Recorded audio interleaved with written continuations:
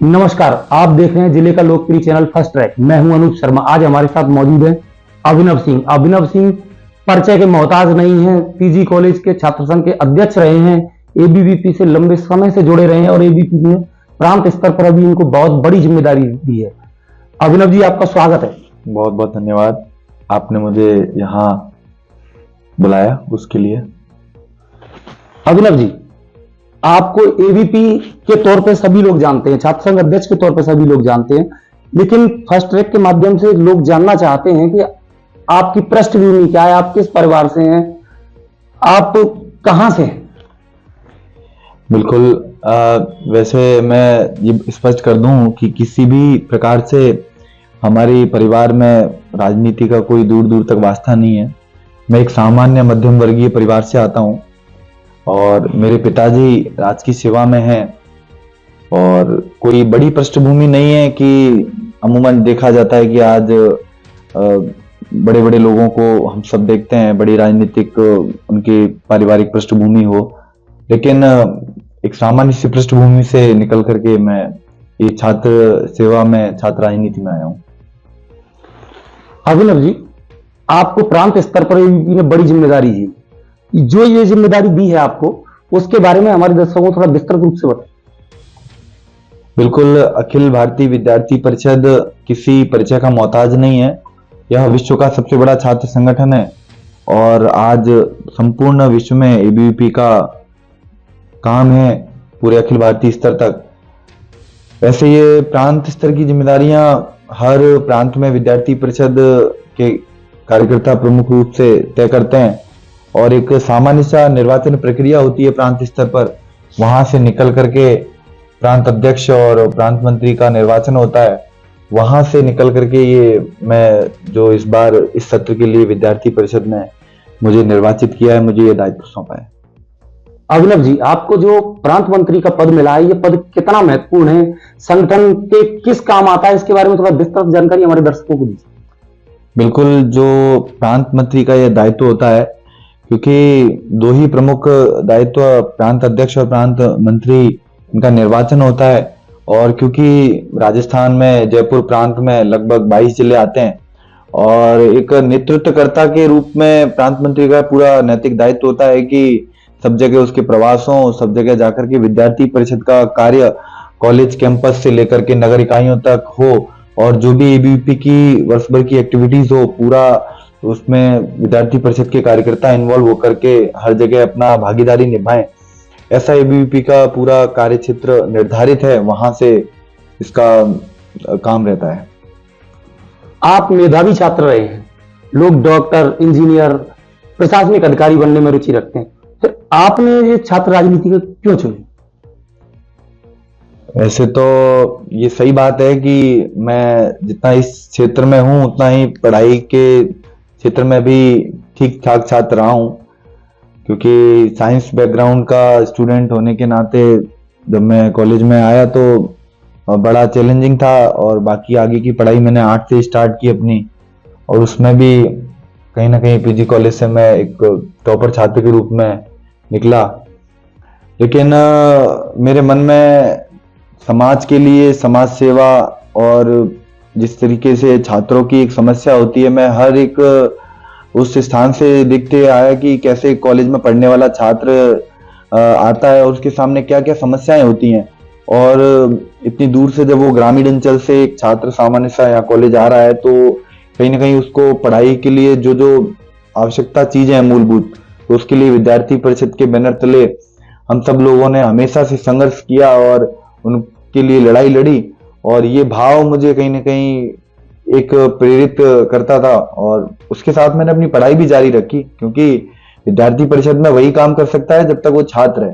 छात्र नहीं तो वो किसी भी प्रकार से विद्यार्थी परिषद का सदस्य नहीं रह पाता। तो क्योंकि पढ़ाई तो अभी भी जारी है, लेकिन मुख्य रूप से समाज का भाव, समाज राष्ट्र हित का भाव, छात्र हित का भाव, ये हमारे अंदर रहा, तो इसको लेकर के हम लोगों ने सदैव पढ़ाई के साथ साथ इस काम को भी किया। छात्र राजनीति ये बड़े लेवल पर की जाने वाली राजनीति की एक सीढ़ी है, तो क्या आप छात्र राजनीति के बाद राजनीति की मुख्य धारा में आएंगे? ऐसा तो कुछ नहीं है। जब मैं ये छात्र राजनीति का जब विषय आता है और जब मैं कॉलेज में चुनाव भी लड़ा, तो कभी भी मैंने ये सोच करके चुनाव नहीं लड़ा कि मैं किसी राजनीतिक क्षेत्र की बड़ी स्तर पर जाऊंगा, क्योंकि कॉलेज का चुनाव एक छात्रों के अंदर लीडरशिप देने का होता है। कॉलेज का चुनाव की बड़ी, ये जरूरी नहीं कि वहां से आदमी राजनीतिक क्षेत्र में जाए, कई सारे क्षेत्रों में जा सकता है। लेकिन छात्र राजनीति से ये है कि आप कैसे छात्रों से जुड़ सकते हैं, कैसे आप अपने व्यक्तित्व का विकास कर सकते हैं, कैसे आपके अंदर एक लीडरशिप का गुण आए, और ऐसी जो मूलभूत चीजें हैं वहां से वो चीजें सीखने को मुझे जरूर मिली। और मैंने इस उद्देश्य के साथ ही जब मैं कॉलेज का चुनाव भी लड़ा और जीता, तो मैंने भी वही मूलभूत समस्याओं पर ही काम किया कि कॉलेज में पानी की समस्या, कॉलेज में अमूमन जो छोटी छोटी चीजें होती है, क्लासेस की समस्या, लाइब्रेरी में बुक्स नहीं है, जिम नहीं है, खेल के मैदान हो, खेल की सामग्री हो, छात्रों को क्या प्रॉब्लम आ रही है, उसके लिए ही काम किया। कोई ऐसा बड़ा मैंने नहीं सोचा कि, और ना आज भी सोचता हूँ, लेकिन जहाँ जो अपना काम संगठन का कार्य करने का ही है, और ये तो समय तय करेगा क्या कैसे होता है। मतलब अगर समय तय करेगा, मौका मिलेगा तो आप जाएंगे? देखो, चीजें तो किसी को भी अच्छी नहीं लगती, किसी को भी बुरी नहीं लगती। हर व्यक्ति हर प्रयास करता है, लेकिन मैं फिर यही कहूंगा कि संगठन का जिम्मेदारी जो भी मुझे मिला है, मैं उसके लिए पूर्ण समर्पण और उसको ईमानदारी से, निष्ठा के साथ जो विद्यार्थी परिषद का दायित्व मिला है उसके लिए सदैव तत्पर रहूंगा। और अच्छा काम हो, देश का काम हो, समाज हित का काम हो, राष्ट्र हित का काम हो, युवाओं की भागीदारी हो और युवाओं को अवसर मिले, उस क्षेत्र में सदैव काम रहेगा। अक्सर देखा गया है कि एबीवीपी से छात्र राजनीति करते करते लोग भाजपा में जाते हैं, कांग्रेस या अन्य पार्टी में क्यों नहीं जाते? बिल्कुल, आपका प्रश्न ये सही है कि एबीवीपी में कार्य करते करते कार्यकर्ता राजनीतिक क्षेत्र के संगठनों में जाते हैं, ये सही है। उनकी मंतव्य ऐसा होता है कि जिसका वैचारिक दृष्टि से वैचारिकता मिल जाती है, वहीं उनका भी जाना होता है। क्योंकि विद्यार्थी परिषद में मैंने जो काम करते करते सीखा, उसमें यही देखा कि हमें बचपन से ही राष्ट्र का पाठ पढ़ाया जाता है, उसके हृदय में राष्ट्र की भावना होती है। और विद्यार्थी परिषद का जो मूल उद्देश्य है कि समाज के अंदर एक ऐसे युवाओं का निर्माण करना जो समाज के किसी भी क्षेत्र में जाएगा तो वहां राष्ट्र का भाव उसके अंदर है। ये बिल्कुल सही है कि राजनीतिक क्षेत्र में तो जाते हैं, लेकिन विद्यार्थी परिषद के कई सारे कार्यकर्ता हैं जो आज प्रशासनिक अधिकारी हैं। विद्यार्थी परिषद के कई सारे कार्यकर्ता ऐसे हैं जो समाज के भिन्न भिन्न क्षेत्रों में काम कर रहे हैं, चाहे वो खेल की गतिविधि हो, चाहे वो शिक्षक हो, चाहे वो डॉक्टर हैं, चाहे वो इंजीनियर हो। लेकिन ये सही है कि अन्य संगठनों में जाना पसंद नहीं करते, क्योंकि उसका कारण यही है कि अगर वो लोग भी राष्ट्र की हित की बात करेंगे तो स्वाभाविकता वहां भी जाएंगे। मतलब आपका मानना है कि भाजपा की विचारधारा एबीवीपी से मेल खाती है? हाँ, थोड़ा बहुत बिल्कुल कह सकते हैं कि वैचारिकता में जो राष्ट्र की बात करेगा, जो देश हित की बात करेगा, विद्यार्थी परिषद उसके साथ खड़ा है। बेरोजगारी इस समय युवाओं के लिए बहुत बड़ा मुद्दा है, इसको लेकर आपके क्या विचार है? बिल्कुल, क्योंकि मैं भी युवा हूं और हर युवा आज के समय में शिक्षा ग्रहण कर रहा है तो वो कहीं ना कहीं अपने आप को रोजगार प्राप्त करने के लिए कर रहा है। लेकिन जैसी परिस्थितियां अभी देश में और कई राज्यों में और राजस्थान की बात की जाए तो ये बड़े चरम पर बेरोजगारी हमें देखने को मिल रही है। पिछली सरकार में जिस तरीके से हम देखेंगे कि आए दिन पेपर लीक की घटनाएं हो, या एक ग्रामीण अंचल से निकल करके जाने वाला छात्र जो अपनी पढ़ाई के लिए जयपुर जाकर के एक कमरा लेकर के वहां पढ़ाई करता है, और जब वो परीक्षा देने जाता है और उसको ये पता लगता है कि मैंने जो परीक्षा दी है वो परीक्षा का पेपर तो लीक हो चुका है, और सुनने में यह भी आता है कि वो पेपरों की बड़ी बड़ी राशियां लग जाती हैं, तो ऐसे में वो अपने आप को ठगा महसूस करता है। लेकिन एक अच्छी सरकार में यह मांग जरूर होनी चाहिए कि वहां रोजगार का परिपूर्ण साधन हो, और विद्यार्थी परिषद ने तय भी किया, जब अभी विद्यार्थी परिषद का 69वां राष्ट्रीय अधिवेशन होकर के गया है तो विद्यार्थी परिषद ने प्रस्ताव पारित किया है कि देश के उन सभी शिक्षण संस्थानों में विद्यार्थी परिषद जाकर के परिसर चलो जैसे कार्यक्रम, और साथ ही जो सरकारें हैं उनके लिए भी कि जल्द से जल्द जो रिक्त पद हैं उनकी बड़ी योजना बना करके उनको भरें। विद्यार्थी परिषद का इस वर्ष का संघर्ष युवाओं के लिए पहले भी रहा है और अब भी रहेगा, और बिल्कुल सही है कि रोजगार जो युवाओं को मिलना चाहिए उसके लिए विद्यार्थी परिषद वो काम करती है। राजनीति को बहुत अच्छी दृष्टि से नहीं देखा जाता, तो आपके हिसाब से युवाओं को राजनीति में आना चाहिए? बिल्कुल, मुझे लगता है कि आज के युवाओं को राजनीति में उस दृष्टि से नहीं देखना चाहिए कि आज की राजनीति जिस तरीके से बदलता स्वरूप है उसको देख करके अमूमन मुझे लगता है कि लोगों को डर तो लगता है कि आज की राजनीति में बड़ा धनबल चाहिए, बड़ा पैसा चाहिए, और आजकल जैसा हम सुनने में और देखने में मिलता है, लेकिन लोगों का मन तो खराब होता ही है। लेकिन मुझे लगता है कि युवाओं को राजनीति में अपनी सक्रिय भागीदारी निभानी चाहिए। कारण उसका ये है कि आज जब हम बात करते हैं विकसित भारत की, तो आज भारत युवा भारत है, और युवा भारत में युवा ही युवाओं की पीड़ा को समझ सकता है और वही उसकी आवाज को उठा सकता है।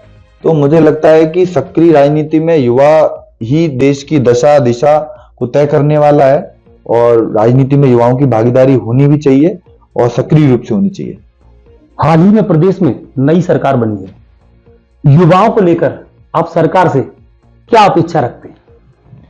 बिल्कुल, ये सही है कि सरकार नई बनी है, लेकिन विद्यार्थी परिषद का स्पष्ट मत रहा है, सरकार चाहे कोई भी हो, हम युवाओं के हित के लिए बात करेंगे और समाज में हर उस समस्या के लिए समाधान के लिए विद्यार्थी परिषद तत्पर रहेगी। समस्या ही नहीं, उसका समाधान भी विद्यार्थी परिषद देती है, और नई सरकार से यही अपेक्षा रहेंगी कि वो जो भी युवाओं की समस्या है, जैसे बेरोजगारी इस समय चरम पर है, कई सारे शिक्षण संस्थानों में कॉलेज के लेक्चरर्स कम है, स्कूल कॉलेज बड़ी तादाद में खोल दिए लेकिन उनकी जो गुणवत्ता है आज भी बिल्कुल न्यून है। पिछली सरकार ने जो कमियां की हैं, विद्यार्थी परिषद अपना मांग पत्र नई सरकार के समक्ष देगी, और ये प्रयास रहेगा कि पूर्ववर्ती सरकार ने जो काम की है वो ये सरकार उसकी पुनरावृत्ति न करे, और स्पष्ट मत है उसके लिए चाहे विद्यार्थी परिषद को किसी भी सीमा तक जाना पड़ेगा, चाहे वो विद्यार्थी परिषद का संघर्ष उसके लिए भी जारी रहेगा। जिले में युवाओं का पलायन, रोजगार के वास्ते युवाओं का पलायन एक बहुत बड़ी समस्या है। इस समस्या के हल के लिए क्या आपके पास कोई योजना है? ये आपका प्रश्न बिल्कुल जायज बनता है कि आज का जो धौलपुर का युवा है वो पलायन कर रहा है। उसका कारण ये कि जिस तरीके से धौलपुर जिले का विकास होना चाहिए था, मुझे लगता है वो विकास हो नहीं पाया। आप देखिए, धौलपुर जिला राजस्थान राज्य में आता है, और उसके अगर समीपवर्ती सीमावर्ती राज्यों की बात करें तो यहाँ से मात्र कुछ ही किलोमीटर पर उत्तर प्रदेश और कुछ ही किलोमीटर पर मध्य प्रदेश उनकी सीमा बनाता है। और अगर उसकी स्थिति देखी जाए तो यहाँ चंबल नदी परिपूर्ण है पूरी तरीके से। यहाँ अगर कोई बड़ी इंडस्ट्री लगाई जाए, कोई उद्योगपति यहाँ निवेश करे, तो यहाँ के युवाओं के लिए एक अवसर बन सकता है। लेकिन वही मैं आपको बताऊं कि जो राजनीतिक इच्छा शक्ति है उसके लिए उसका बड़ा होना बहुत जरूरी है, जो मैंने इतने वर्षों में यहाँ की राजनीति में नहीं देखा कि कभी इतना ध्यान नहीं दिया कि यहाँ पर इस रोजगार के लिए कोई अच्छा प्रयास होना चाहिए। लेकिन संभावना तलाशी जाए तो धौलपुर पूरी तरीके से उसके लिए परिपूर्ण है। अगर यहाँ ये व्यवस्थाएं सब मिल जाएं तो यहाँ का युवा बिल्कुल भी पलायन नहीं करेगा, वो यहीं रह करके धौलपुर के विकास में अपनी भागीदारी सुनिश्चित करेगा। अभिनव जी, चलते चलते एक सवाल कि आप एबीपी ही संगठन ही आपने क्यों चुना? एनएसयूआई या अन्य कोई संगठन आपने छात्र राजनीति के लिए क्यों नहीं चुना? वैसे तो देखिए, संगठन सारे ही अच्छे होते हैं, लेकिन क्योंकि मेरी स्कूली शिक्षा विद्या मंदिर में हुई और वहां से जब मैंने अपनी स्कूली शिक्षा ग्रहण की तो मैंने ध्यान में आया कि उस विद्यालय में अनुशासन का पाठ पढ़ाया जाता था। उस विद्यालय में भारत माता की जय उद्घोष को लगाया जाता था, लेकिन उस समय वो समझ मेरे नहीं थी। लेकिन धीरे धीरे जब मैं विद्यार्थी परिषद के संपर्क में आया और संघ के स्वयंसेवक होने के नाते जब मैंने इसको बारीकी से देखा, तो आज वास्तव में मुझे बड़ा गौरवान्वित होता है कि मैं विद्यार्थी परिषद का कार्यकर्ता हूँ और उस कार्यकर्ता होने के नाते आज समाज में किस तरीके से विद्यार्थी परिषद ने हर एक विषय को छुआ, और एक सामान्य से कार्यकर्ता जो साइकिल से जाकर के कभी प्रेस नोट बांटता था, ऐसे कार्यकर्ता को जाकर के एक सर्वोच्च दायित्व देना, वो संभव है तो कहीं विद्यार्थी परिषद में है। वहीं अगर बात की जाए व्यक्तित्व विकास की, तो कहीं ना कहीं विद्यार्थी परिषद ही एक ऐसा संगठन है जहां उसके विद्यार्थी परिषद के कार्यकर्ता होने के नाते उसको प्रशिक्षण दिया जाता है, उसको समाज की समझ दी जाती है, उसको यह बताया जाता है कि भारत एक विचार नहीं है, भारत विचार के साथ साथ स्वयं किस तरीके से भारत का वैभवशाली इतिहास रहा है। तो ऐसा मैंने अन्य किसी संगठनों में नहीं देखा। और क्योंकि 365 दिन समाज के लिए काम करना, चाहे वो अभी कोविड का दौर हो, चाहे वो समाज के हर क्षेत्र में हो, विद्यार्थी परिषद युवाओं तक सीमित नहीं रहा, उसने समाज तक अपनी भागीदारी सुनिश्चित की। तो ऐसा संगठन जो समाज के लिए जीता है, तो कहीं ना कहीं वो मुझे एबीवीपी से जोड़ने के लिए प्रेरित करता है। ये थे अभिनव सिंह। इन्होंने बताया कि एबीवीपी एक ऐसा संगठन है जो समाज को जोड़ता है, समाज के लिए कार्य करता है। फिर मिलते हैं ऐसी किसी शख्सियत के साथ, तब तक देखते रहिए फर्स्ट है।